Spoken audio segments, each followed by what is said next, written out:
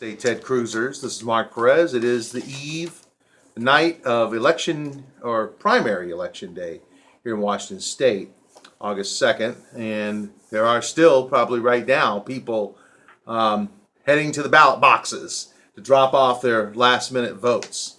A couple of observations that I'd like to give, and that is I expect low voter turnout. And the reason why is because you can gauge voter sentiment by how many ballots were sent in the beginning, on the front end, and then a lull in the middle, like a sag. Like you don't see a whole lot of growth in number of ballots with each week during the primary season. And then all of a sudden you get a bunch at the very end. Now, you always get a bunch at the very end. But if you don't have that many on the front end, then that tells me that folks aren't that excited. Because, if you're really excited about voting, you take that ballot and say, man, I'm going to vote right now. That's what I did. And I said, I want to get this vote out of here. I'm going to get it done, get it down right now, because I already know who I'm going to vote for. I'm excited about my local candidates. I was excited about Marty McClellan, I still am. I was excited about voting for Andrew Barkis and Dan Roach and some other, and Tom Quinlan for judge, Grant Blinn for judge, and a number of other good candidates. And also, I know some people may disagree, but of course I voted for Chris Vance as our U.S. Senator, and the Republican for, I didn't remember his name because his name's not even out there, but the Republican for my congressional district, the 10th. I mean, that's bad. If I don't know right off the top of my head who the Republican is running for the congressional seat, they're in trouble. Okay, as involved as we are, and I don't know who they are, they're in trouble. So anyway, so Denny Hicks, I know he's going to, in the general election, he's just going to blow us out of the water in the 10th, but that's okay.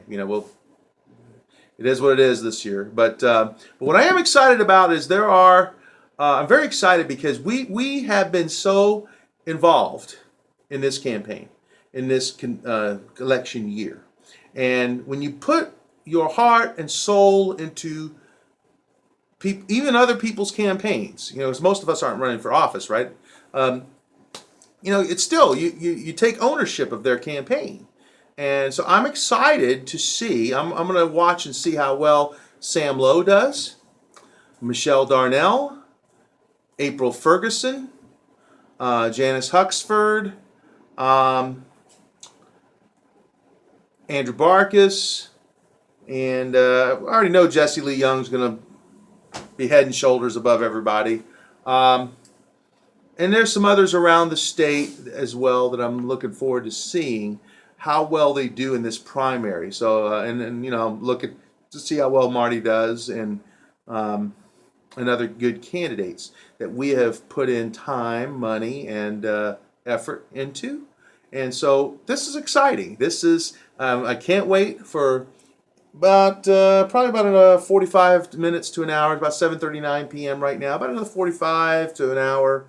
We'll start seeing some results come in. And basically, if a candidate is more than a point and a half ahead tonight, then they're probably going to be ahead, in the next few days when the other ballots come in, so because a lot of people have postmarked their ballot today, so a lot of them won't be counted until tomorrow and the next day and so forth.